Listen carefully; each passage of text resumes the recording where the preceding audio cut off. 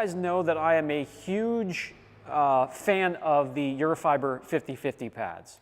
Those are microfiber pads that have cutting and finishing fibers on them, and they are great for one steps, and actually they do a good 80 to 85% of the work that comes through our shop. Here are two pads that are, well, they have the same idea, but a little bit different, and I want to show them to you today. So let's get started. These are the BarJack microfiber cutting pads, but they do have two different types of fibers, a cutting and then a fiber to help finish down. So unlike your regular, just straight up microfiber cut pads, these will finish down. Pretty much the same idea as the Eurofiber pads, just a little bit more bite. Let's get started with the video. So I found these roaming the aisles of a local detailing world.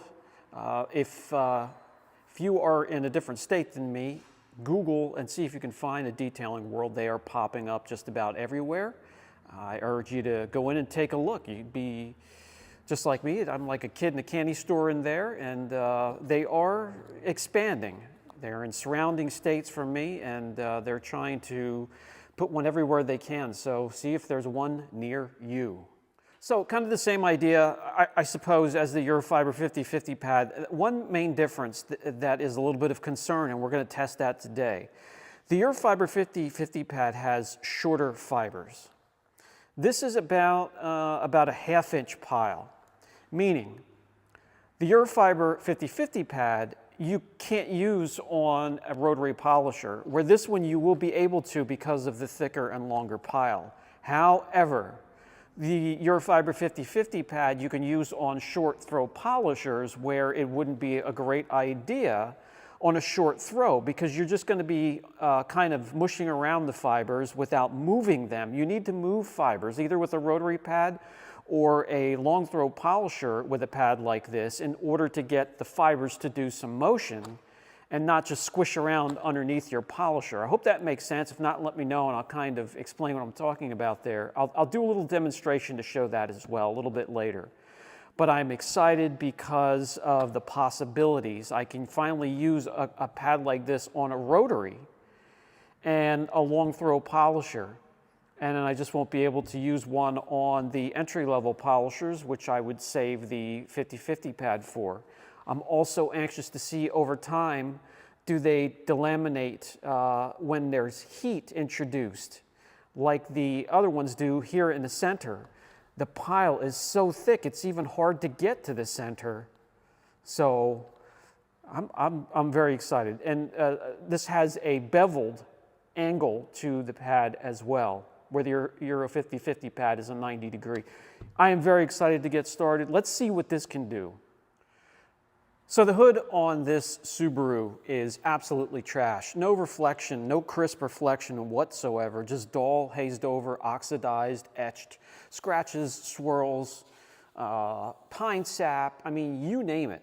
So I'm going to mask off an area and we're going to see what type of improvement we get with the BarJack pads. And you know what? We're going to team it up with 3D1 just as I would with the Eurofiber 50/50 pad.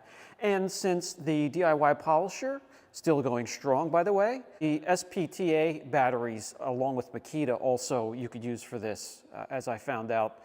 What a wonderful community that shares information. I thank you guys. So this has a long throw to it, 25 mil, so that's going to be fantastic to team up with this pads, and I'm anxious to see how it works. All right, obviously the surface you want to wash and decon, clay bar, iron remover, before you do any correction. Let's make a nice big area here. We're going to have a large throw with the polisher, so we might as well make a large area to work with. And we'll see what we can do. See what results we get. Subaru clear, normally thin and soft. And you know, that tells you the story. Normally 5.5 mils is normal for all three layers, primer, base coat, and clear coat, and we're averaging 3.7, 3.8, all the way across the board there. So it's important for a one-step polish and a pad that's, matches that team to get the work done without removing a whole lot of material or clear coat or finish. So yeah, let's give these a shot. All right, we have the pad attached to our long throw polisher. A 21, 25, 15 mil throw polisher minimum. I wouldn't do 8 or 12 or anything lower than 15. I'll give a demonstration towards the end of this video as to why. But let's, longer fibers like this also really hold on to the correction fluids and is a lot cleaner of a pad.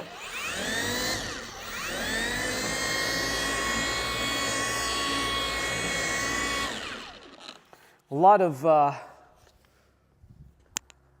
fibers on here, so I'm going to get 1 or 2 more little dots of the correction fluid on here, and now we can. All right, let's do 2 passes, left to right, and then up and back. Wipe off the residue, and we'll see what results we have here. 4th speed setting, so the polisher's not screaming the highest speed setting, and we're moving at correction speed, which is an inch every second or 2.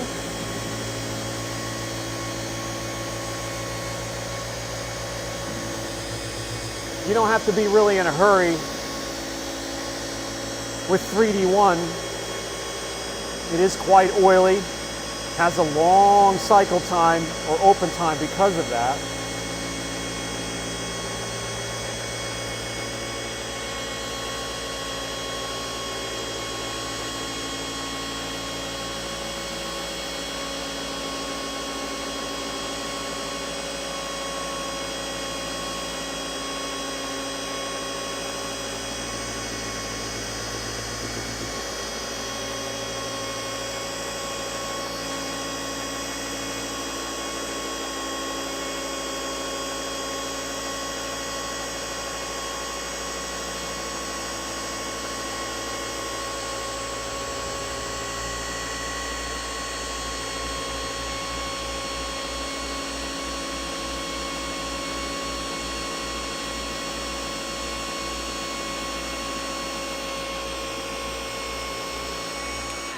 All right, that was pass number 1, and these fibers are thirsty, so we could put more product on there for pass number 2.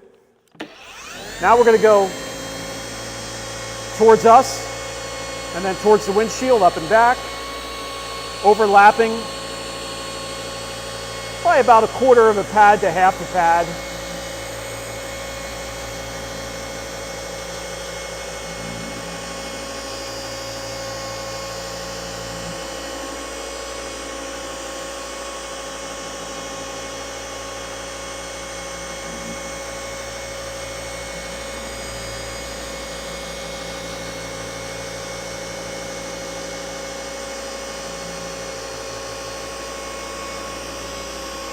Now that I have the fibers primed, it's not drinking in all of that correction fluid, excuse me, and we don't have to load it up again. So just prime your pad before you start using it with whatever polish you're using. Prime it up really good, and you'll be good to go.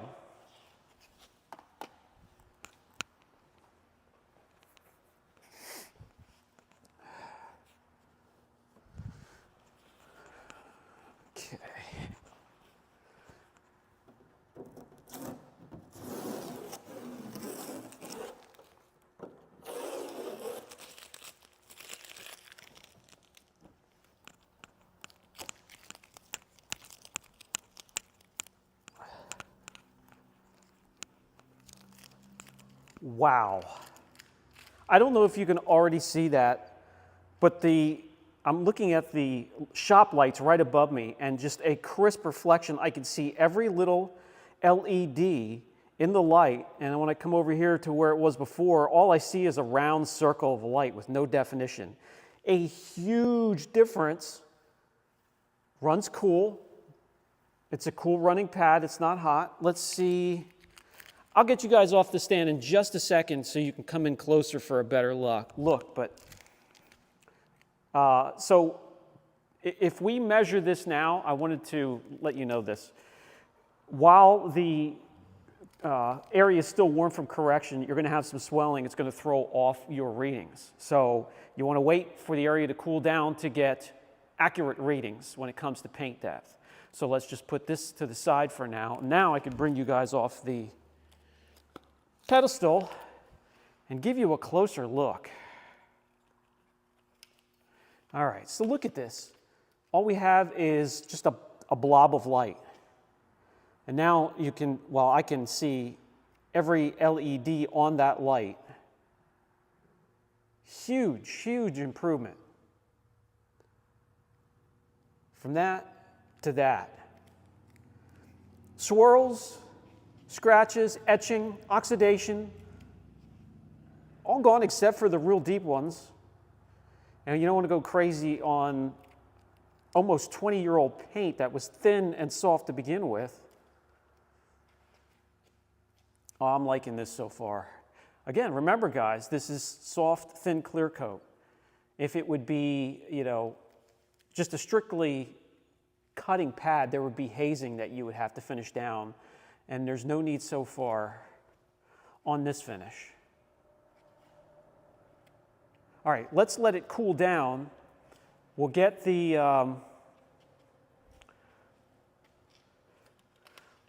paint depth gauge back out again, and then we'll see how much the pad shaved compared to surrounding areas and the readings we got before. Look at the difference there. Just blurry blobs of light and definition, crisp reflection. No time at all. So, you know, a vehicle like this, you should be able to get around with a pad and 3D1 in, what, 45 minutes, hour and a half? I like it. While we were letting this cool down so we could do paint depth gauge measurement, I want to show you that because these fibers are so thick, plush, and a little bit longer, you want to clean them a little bit more often than the Eurofiber 50/50 pads. These will get matted down and twisted up and lay over with compounds and just overall use. It's pulling that oxidation from the paint, as you can see here, and that needs to be cleaned off. At the very least with a brush or forced air, or if you have a pad washer or whatever you use to clean pads. I recommend if you use these to clean them often, and that'll keep them very effective and you'll get around the car quickly. So early on in the video, when I explained the longer fibers were going to need a polisher that has more movement, maybe this illustration will explain. I put a dot right here on the bottom of the pad. Now with this polisher, it has a long throw.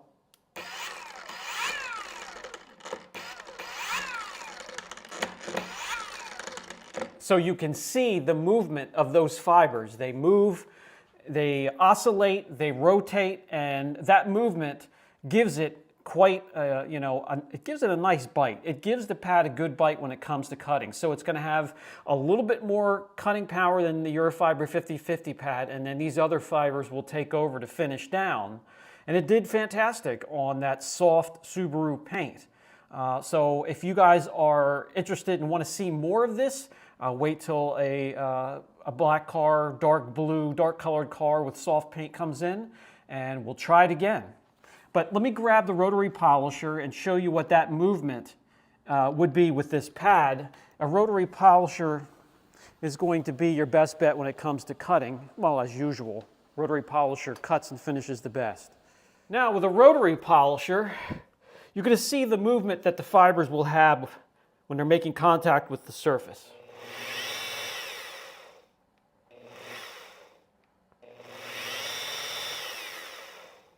That is a lot of movement for those fibers making contact, and the friction does a lot of work. That's a lot of energy. Hence, that's why the rotary polisher is the best for cutting. Let me show you the motion of this pad on an entry-level polisher that only has like an 8mm to a 12mm throw. All right, entry-level polisher. This is the Platinum polisher from Walmart.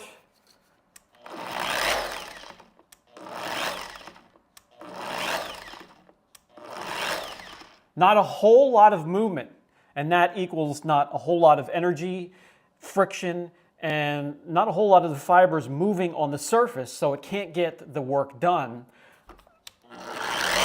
There is enough movement where you're going to get some correction done. You're just going to have to be patient if you use this on an entry-level polisher, but that is going to be the trade-off when it comes to this pad. You're going to be able to use it on the rotary polisher where you couldn't with the Eurofiber 50/50 pad.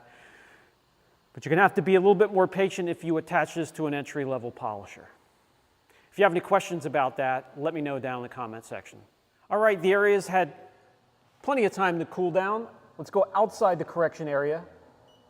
We're looking at 3.9. Let's go inside the correction area. 3.7, so 0.2. Let's go down a little bit further. Now inside, a little bit more, but very, very acceptable. Let me know what you think about that, guys, down in the comments section. I know you're all about that gloss, just as I am, so we're going from only 61 gloss units, slide it down into the corrected area, 207. That is just crazy.